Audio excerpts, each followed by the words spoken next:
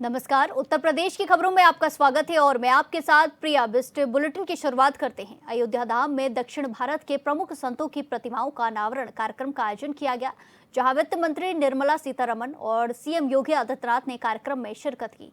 इस दौरान सीएम योगी ने संतों की मूर्तियों के साथ निषाद राज की प्रतिमा का भी अनावरण किया। वहीं कार्यक्रम को संबोधित करते हुए सीएम ने कहा कि महापुरुषों ने देश को जोड़ने का काम किया है। उन्होंने जीएसटी रिफॉर्म को लेकर कहा कि जीएसटी रिफॉर्म से हर देशवासी को लाभ मिल रहा है। हमारी सरकार में विरासत का सम्मान किया जाता है।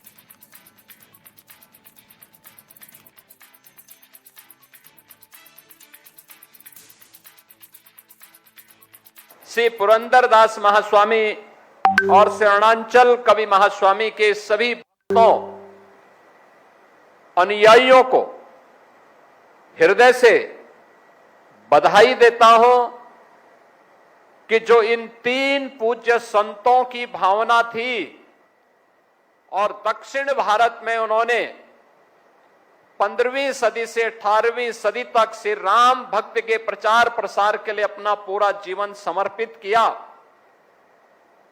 आज उनकी प्रतिमा उनके आराध्य के ही श्री चरणों में बृहस्पति कुंड में स्थापित हुई है।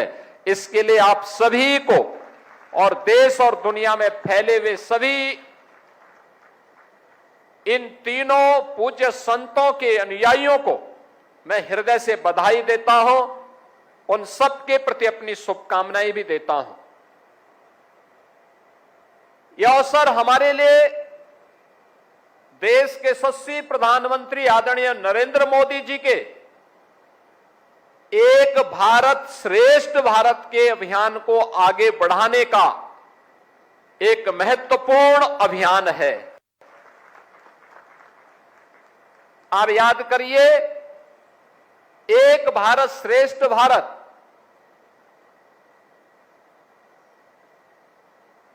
यह प्रधानमंत्री मोदी जी ने देशवासियों को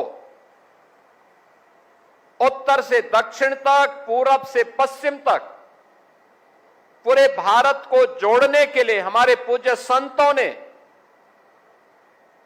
हमारे आराध्य महापुरुषों ने, अवतारी महापुरुषों ने जो योगदान दिया था, उसके प्रति कृतज्ञता ज्ञापित करने के लिए हम सब किस रूप में योगदान दे सकते हैं। आज का ये समारोह उसकी एक महत्वपूर्ण कड़ी है और उस महत्वपूर्ण कड़ी के माध्यम बनी है केंद्रीय वित्त और कॉर्पोरेट अफेयर्स की मिनिस्टर माननीय श्रीमती निर्मला सीतारमण जी। मैं उनका इस अवसर पर प्रदेशवासियों की ओर से हृदय से स्वागत और अभिनंदन करता हूं। मैं इस अवसर पर उनका इसलिए भी अभिनंदन करता हूं कि अभी आदरणीय प्रधानमंत्री जी के मार्गदर्शन में उन्होंने शारदीय नवरात्रि की प्रथम तिथि से पूरे देश के अंदर नेक्स्ट जनरेशन जीएसटी रिफॉर्म की घोषणा करके 140 करोड़ की आबादी को भारी राहत दी है। पर्व और त्योहारों में इसके कारण लोगों के मन में एक नया उत्साह है, मार्केट में एक नई मजबूती देखने को मिल रही है और आज उनका उत्तर प्रदेश में आगमन हुआ है। मैं उनके इस रिफॉर्म के लिए भी उत्तर प्रदेश वासियों की ओर से उनका हृदय से स्वागत करता हूं, अभिनंदन करता हूं। बहनों और भाइयों, हमारे दक्षिण भारत के इन तीन पूज्य संतों के प्रतिमा को एक ऐसे पवित्र स्थल पर अनावरण करने का, उन मूर्तियों को स्थापित करने का सौभाग्य हमें प्राप्त हुआ है जो देवताओं के गुरु बृहस्पति के नाम पर माने जाने वाला पवित्र कुंड है।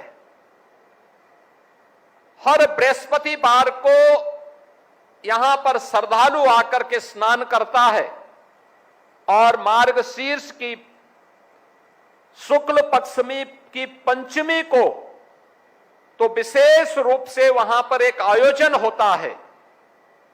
आप याद करिए, किन पूज्य संतों के दर्शन बृहस्पति कुंड के साथ ही प्रतिवर्ष आने वाले कोटि कोटि श्रद्धालु जनों को भी अब करने का अवसर प्राप्त होगा।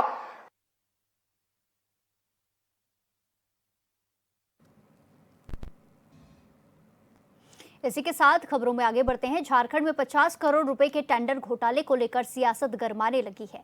बीजेपी ने आरोप लगाया है कि राज्य के स्वास्थ्य विभाग में बाहरी और ब्लैकलिस्टेड कंपनियों को बार बार टेंडर दिया जा रहा है। उनका कहना है कि ये बड़ा घोटाला है और इसमें सरकारी मिलीभगत की आशंका है। वहीं पार्टी ने इसकी जांच की मांग करते हुए सरकार को घेरने की तैयारी तेज कर दी है।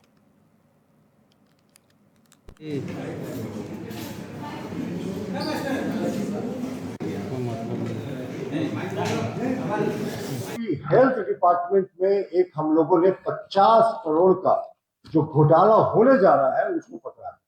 50 करोड़, थोड़ा बहुत नहीं, 50 करोड़, और इसका टेंडर निकल चुका है। अब इसको बताएंगे आपको कि किस तरीके से ये सरकार के शेयर में ये घोटाला हो रहा है। सिविल सर्जन कम सीएमओ रांची के द्वारा नर्सिंग, पैरामेडिकल एवं अन्य टेक्निकल स्टाफ के लिए ई टेंडर निकाला गया था। ई टेंडर का नंबर था 4374 और 20 सितंबर 2025 को निकाला गया था। अब इसमें ऐसे कंडीशंस डाले गए हैं, यही टेंडर 2022 में इससे पहले निकाला गया था इसी ऑफिस के द्वारा। उस समय के कंडीशन और अभी के कंडीशन में आप देखेंगे तो लगभग 5 गुना 10 गुना से ज्यादा अहर्ताओं को बढ़ा दिया गया सिर्फ एक कंपनी को फायदा पहुंचाने के लिए।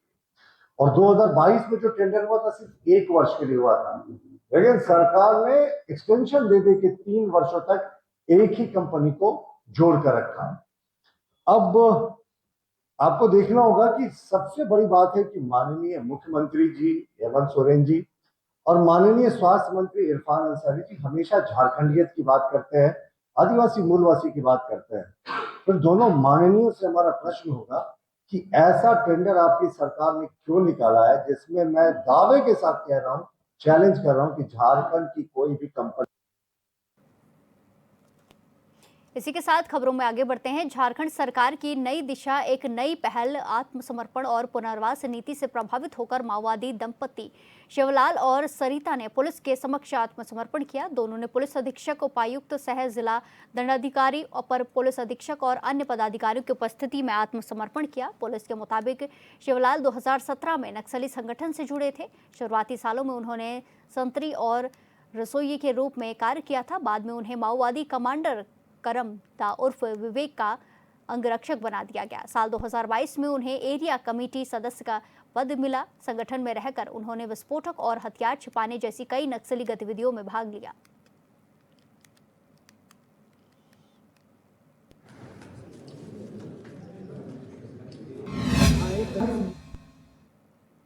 इसी के साथ खबरों में आगे बढ़ते हैं। गोंडा दौरे पर आए आबकारी मंत्री नितिन अग्रवाल जीएसटी धन्यवाद कार्यक्रम में शामिल हुए। इस दौरान उन्होंने कार्यक्रम को संबोधित करते हुए व्यापारियों को जीएसटी कम होने के फायदे गिनवाए। उन्होंने मंच से कहा कि भारत आत्मनिर्भर हो रहा है। भारत चिप से लेकर शिप तक का निर्माण कर रहा है। योगी सरकार में कानून व्यवस्था चुस्त दुरुस्त है।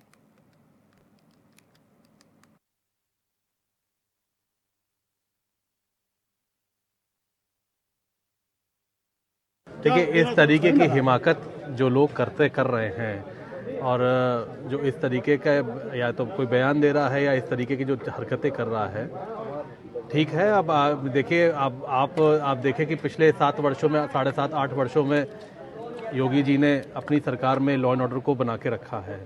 तो अब अगर ये लोग अगर यही भाषा चाहते हैं कि उसी भाषा से इनको जवाब दिया जाए तो कोई बात नहीं, सरकार उसी भाषा में जवाब देगी। मुझे ये बात समझ में नहीं आती कि मीडिया इतना क्यों आजम खां को हाइप दे रही है। आखिर वो जेल में जब थे तो आरोपों में जेल में थे, न्यायालय की प्रक्रिया के तहत उनको सजा सुनाई गई और वो उन्होंने जेल काटी है। वो कोई तीर्थ स्थल पे तो नहीं गए थे कि उनको जेल हो गई है। अब अगर बेल पे छूटे हैं तो ठीक है, वो भी एक न्यायिक प्रक्रिया है कि वो बेल पे आज हैं, कोई बरी तो हुए नहीं है। कोई भी उनसे मिलने जा रहा है वो उनका व्यक्तिगत मामला है। कोई अगर मान लीजिए उनके राष्ट्रीय अध्यक्ष उनसे मिलने जा रहे हैं तो उनकी पार्टी में हैं तो उनसे मिलने जा रहे हैं। आखिर इस बात को हमें इतनी दूर नहीं देने। फतेहपुर में आम आदमी पार्टी की आगामी 31 अक्टूबर से 15 नवंबर तक होने वाली पदयात्रा को लेकर बैठक आयोजित की गई। जिसकी अध्यक्षता आपके जिला अध्यक्ष रंजीत कुमार मौर्य ने की। इस दौरान काशी प्रांत अध्यक्ष पवन तिवारी ने कार्यकर्ताओं से ज्यादा संख्या में भाग लेने की अपील की है। उन्होंने बताया कि पदयात्रा रैली के जरिए पार्टी रोजगार, सामाजिक न्याय और किसानों की समस्याओं को लेकर जगह जगह लोगों से संवाद करेगी।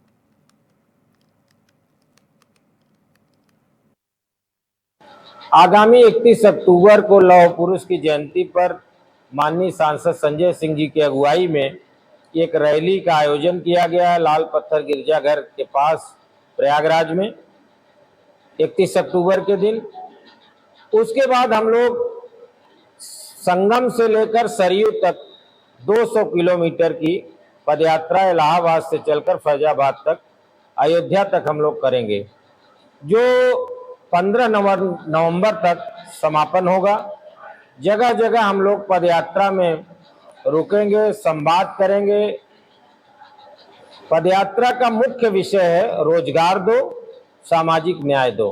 तो इस पर पदयात्रा हम लोगों की चलेगी और भारतीय जनता पार्टी की सरकार की तानाशाही रवैये, किसान को यूरिया खाद नहीं है, नौजवान को रोजगार नहीं है और बेपसी के लाचार आम ग्रामीण जनता से भी संवाद करेंगे और उत्तर प्रदेश सरकार की तानाशाही की कलई खोलेंगे। 31 अक्टूबर से हमारी एक पदयात्रा शुरू हो रही है, जिसमें संजय सिंह की अगुवाई में पदयात्रा होनी है संगम से सरयू तक, जिसमें प्रांत अध्यक्ष पवन तिवारी जी के अध्यक्षता में आज मीटिंग हुई और तैयारी के बारे में बातचीत हुई। प्रत्येक विधानसभा के अध्यक्ष मौजूद रहे, ब्लॉक अध्यक्ष मौजूद रहे, जनपद की पूरी कार्यकारिणी मौजूद रही, जिसमें ये तय हुआ कि 200 लोग जनपद फतेहपुर से इलाहाबाद की तैयारी बैठक में रहेंगे और पदयात्रा की शुरुआत कराएंगे। 50 से 100 लोग के बीच में 15 दिन की पदयात्रा में फतेहपुर के जितने कार्यकर्ता पदाधिकारी हैं वो सम्मिलित होंगे। पदयात्रा का उद्देश्य ये है, उसका शीर्षक है रोजगार दो, सामाजिक न्याय दो, क्योंकि इस सरकार में ना रोजगार उपलब्ध करा पा रही है सरकार, ना न्याय दिला पा रही है। उसके तहत हम जन जन को ये संदेश देंगे कि सरकार को जो काम करना चाहिए वो नहीं कर रही है। आम आदमी पार्टी इसी मुहिम को आगे बढ़ाते हुए सरकार से मांग कर रही है कि हमें रोजगार दिया जाए हमारे नौजवानों को, और जो सामाजिक न्याय से वंचित हैं लोग, इस समय सामाजिक न्याय नहीं दे पा रहे, वो सामाजिक न्याय। कानपुर में नगर निगम सदन ने कांग्रेस सपा के विरोध के बीच सर्वसम्मति से जीएसटी रिफॉर्म कानून को पास कर दिया। इस दौरान विधायक सुरेंद्र मैथानी ने शास्त्री नगर लेबर कॉलोनी की समस्याओं के मुद्दे को उठाया, साथ ही गृहकर में वृद्धि को लेकर सदन में अपनी बात रखी। उन्होंने 2022 से बढ़े हुए गृहकर का विरोध भी किया।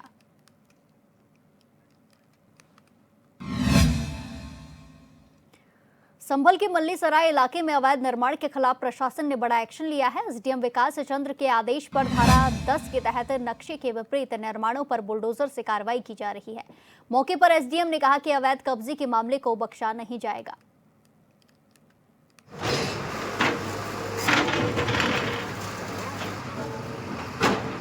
मोहल्ला मल्लीसराय में आज कार्रवाई की जा रही है रेगुलेशन हैंडलिंग ऑपरेशन की धारा 10 के तहत, जिसमें नक्शे के विपरीत निर्माण कराया गया है मोहम्मद उबैर पुत्र हाजी कमर हुसैन के द्वारा। सड़क के मध्य से 45 फीट पे नक्शा पास है, जबकि निर्माण सड़क के मध्य से 35 फीट पे कराया गया है। इसमें अवर अभियंता की रिपोर्ट 18/7/25 के क्रम में कार्रवाई चली धारा 10 में, और 23/9/25 को ऑर्डर किया गया था कि जो अवैध हिस्सा है, जिसमें बाउंड्री वॉल, शेड, गैराज, इसको खाली कर लें। समय अवधि में इन्होंने खाली नहीं किया है, तो आज टीम के द्वारा उसको खाली कराया जा रहा है। किसका हिस्सा होगा ये? जैसा मैंने आपको बताया कि इसमें शेड है, गैराज है, बाउंड्री वॉल था। सड़क के मध्य से 45 फीट पे नक्शा पास है, जबकि सड़क के मध्य से 35 फीट पे। देवरिया के राज्य चिकित्सा महाविद्यालय में कार्यरत नॉन पीजी जूनियर रेजिडेंट डॉक्टरों को पिछले 2 महीने से वेतन नहीं मिला है, जिसको लेकर डॉक्टरों में गहरी नाराजगी है। आर्थिक तंगी से जूझ रहे डॉक्टरों ने अब प्रदर्शन शुरू कर दिया है। उन्होंने बताया कि जब भी वेतन संबंधी जानकारी के लिए वो लेखा विभाग से संपर्क करते हैं, उन्हें कोई भी स्पष्ट जवाब नहीं मिलता है। उन्होंने शासन और प्रशासन से जल्द हस्तक्षेप करने और वेतन भुगतान की मांग की है।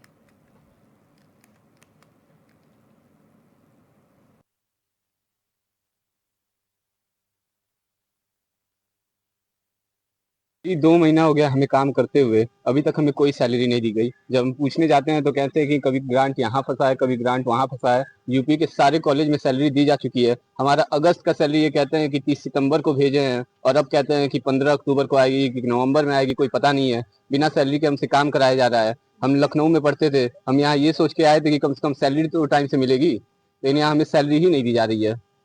इसके जिम्मेदार कौन है? इसके जिम्मेदार पूरे के पूरे हॉस्पिटल प्रशासन है, क्योंकि आपको सैलरी जब सारे कॉलेज में 30 अगस्त को सैलरी भेज दी जाती है अगस्त की, तो आप 30 सितंबर को अगस्त का भेज रहे हैं, तो आप सितंबर का कब भेजेंगे? जब हमारी अगस्त की सैलरी जो है सारे कॉलेज में 4 सितंबर 5 सितंबर को आ गई थी, लेकिन यहाँ पे 7 अक्टूबर 8 अक्टूबर हो गया आज, और कोई सैलरी नहीं आई है। हमारी अगस्त की सैलरी कब आएगी यही नहीं पता है, तो सितंबर की सैलरी का क्या पता है? आप लोग को सैलरी नहीं मिलेगा तो आप लोग क्या करेंगे? हमें अगर सैलरी नहीं मिलेगा तो हमें मजबूर होकर हड़ताल करना पड़ेगा, जिससे कि अस्पताल का कार्य बाधित होगा, और हम चाहते नहीं है कि ऐसा निर्णय हमें लेना पड़े। किसके लिए आप लोग धरना दे रहे हैं, क्या मांग है? हमारी समस्या ये है कि हम पिछले 2 महीने से लगातार दिनों रात ड्यूटी कर रहे हैं अपनी पूरी निष्ठा से, और हमारी सैलरी 2 महीने से 1 पैसे की भी नहीं मिली है। और हम जब भी जाते हैं यहाँ पे बात करने सैलरी के लिए, तो हमें बोला जाता है कि आपकी सैलरी अभी आएगी, कल आएगी। और यूपी के सारे कॉलेजेस में सभी की सैलरी आ चुकी है, बस यही एक ऐसा कॉलेज है जो हमें अभी तक सैलरी नहीं दिया है। इसके लिए जिम्मेदार कौन है? इसके लिए जिम्मेदार पूरा हॉस्पिटल प्रशासन है।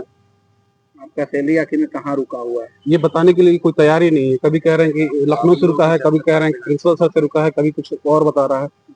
आगे की रणनीति क्या रहेगी? आगे की रणनीति ये रहेगी कि हमारा अगर सैलरी नहीं मिलता है तो हमें मजबूर होके हमें अपना काम रोकना पड़ेगा, क्योंकि हम बिना सैलरी के काम नहीं कर पाएंगे। कुल कितने लोगों की सैलरी रुकी है? लगभग 70 से 80 लोगों की सैलरी रुकी हुई है यहाँ पे, जूनियर रेजिडेंट की। मेरा नाम डॉक्टर अजहर सिद्दीकी है।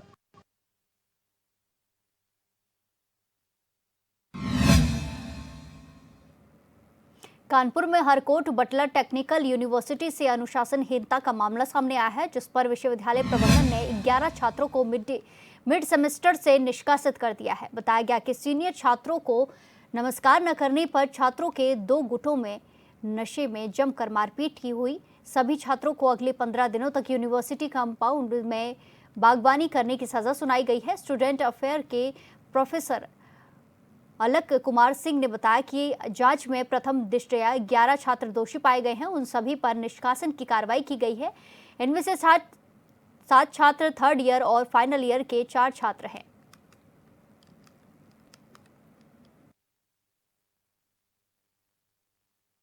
देखिए, चूंकि वो घटना का अगर उसमें जाएंगे, जेनेसिस में जाएंगे, तो वो घटना गुरुदेव पैलेस के पास उनके हो रही थी। आपस में जो भी उनके विवाद रहे हों, फिर वो घटना बढ़ते बढ़ते विश्वविद्यालय के छात्रावास परिसर तक आ गई। जिस छात्र को की पिटाई हुई है वो भी बाहरी है, बचाने वाले भी सब बाहरी हैं, कुछ पीटने वाले भी बाहरी हैं। तो वो तो काम का हमारे परिसर को बदनाम करने के लिए हो रहा है, अदरवाइज इनका अपने आपसी विवाद है। अभी ऐसा आप लोगों के माध्यम से मालूम पड़ रहा है, लेकिन हम लोगों के माध्यम से मालूम पड़ा कि उनके बीच में किसी बात पर विवाद था। उनको दंड दिया गया? हाँ, दंड दिया गया। कितने बच्चों से क्या दंड दिया गया? देखिए, टोटल 11 छात्र हैं, उनमें से एक छात्र की भूमिका भी स्पष्ट नहीं हो पा रही है, और जांच अभी जारी है। प्रथम दृष्टया जो उनको मिला था उसके आधार पर हमने 11 छात्रों को फिलहाल दंडित किया, उसमें एक छात्र को भी रोक रखा। कानपुर में कोटेदारों को कमीशन न मिलने पर all India fair price shop dealers federation के जिलाध्यक्ष जिला पूर्ति अधिकारी से मिले, जहां उन्होंने अधिकारी को कोटेदारों की समस्याओं से अवगत कराया। उन्होंने बताया कि पिछले 5 महीने से कोटेदारों को कोई भी कमीशन नहीं मिला है। साथ ही ज्वार और बाजरा जो बांटा गया उसका पैसा भी नहीं मिला है। वहीं कोटेदारों की समस्या सुनने के बाद जिला पूर्ति अधिकारी ने जल्द समस्या का समाधान करने का आश्वासन दिया है।